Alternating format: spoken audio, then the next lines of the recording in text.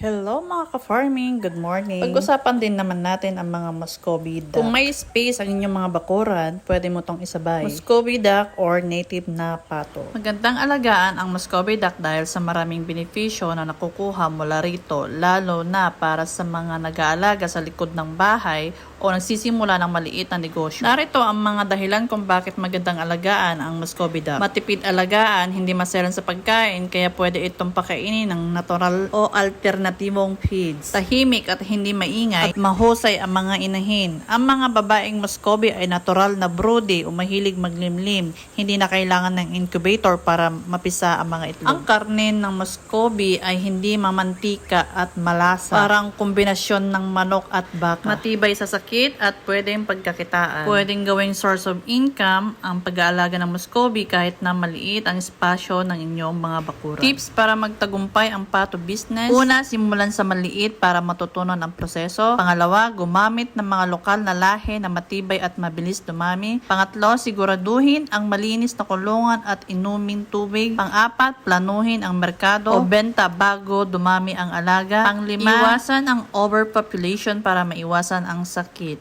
Yun lamang po and happy farming!